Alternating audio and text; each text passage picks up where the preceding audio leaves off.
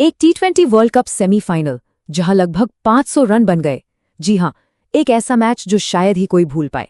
चलिए इस जबरदस्त मुकाबले की कहानी में थोड़ा और गहरा उतरते हैं। 2 पारियों में 499 रन और सोचिए इतने बड़े स्कोर वाले मैच का फैसला हुआ सिर्फ 7 रन से। सिर्फ 7। तो सबसे बड़ा सवाल यही है ना, कि जब इतने रन बने तो फिर मैच आखिरी गेंद तक इतना करीबी कैसे हो गया। चलिए पता लगाते हैं कि इस थ्रिलर के पीछे की असली कहानी क्या थी। ठीक है, तो सीन कुछ ऐसा था। साल 2026 टी20 वर्ल्ड कप का सेमीफाइनल और मैदान मुंबई का वानखेड़े स्टेडियम, जहां की पिच बल्लेबाजों के लिए जन्नत मानी जाती है। माहौल में टेंशन और एक्साइटमेंट दोनों भरपूर था। तो इंग्लैंड ने टॉस जीता और बिना सोचे गेंदबाजी चुन ली। उनका प्लान साफ था, चेज करने में वो माहिर हैं और बाद में ओस भी तो आएगी। दूसरी तरफ भारत को भी अपनी लंबी और तगड़ी बैटिंग लाइनअप पर पूरा भरोसा था।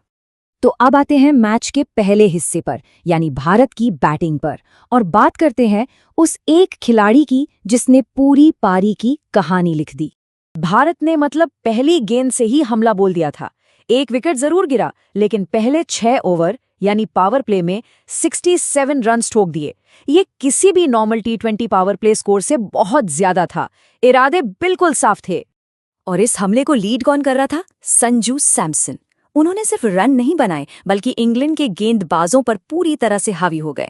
जरा स्ट्राइक रेट देखिए, 211 से भी ज्यादा। इसी पारी ने पूरे मैच का टोन सेट कर दिया।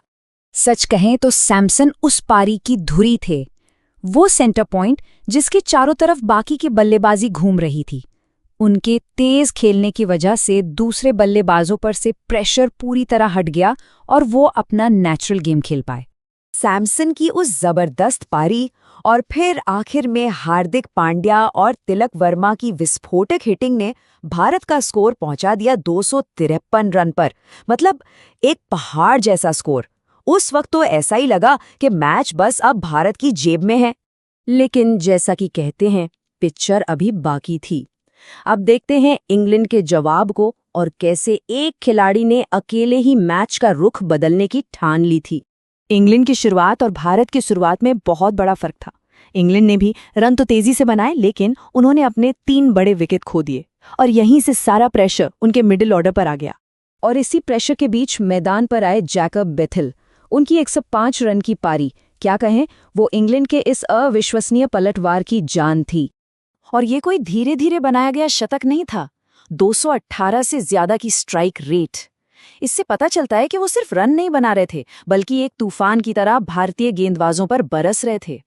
उनकी ये पारी एक अकेले योद्धा का काउंटर अटैक था, एक ऐसा पलटवार जिसने इंग्लैंड को हार के मुंह से वापस खींच लिया और एक तरफा दिख रहे मैच को एक जबरदस्त थ्रिलर बना दिया।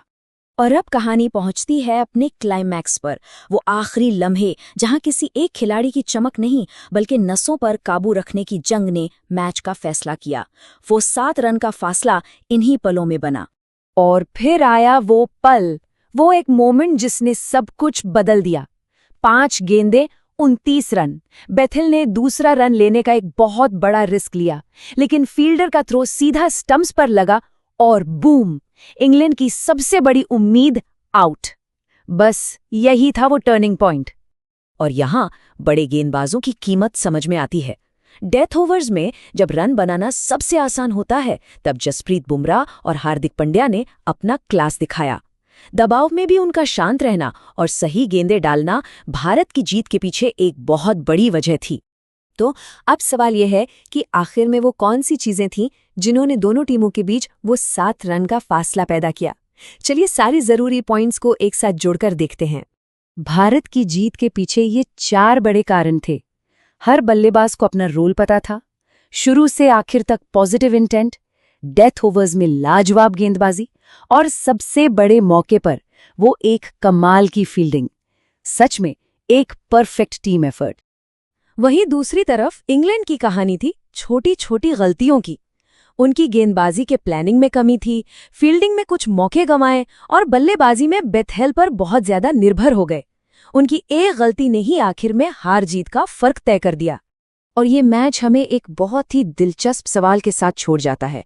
आज के टी20 क्रिकेट में ज्यादा जरूरी क्या है, एक जीनियस खिलाड़ी का अकेले दम पर किया गया प्रदर्शन या फिर एक ऐसी टीम जहां हर खिलाड़ी अपना अपना रोल बखूबी निभाए? शायद इस मैच ने इसका जवाब हमें दे दिया है।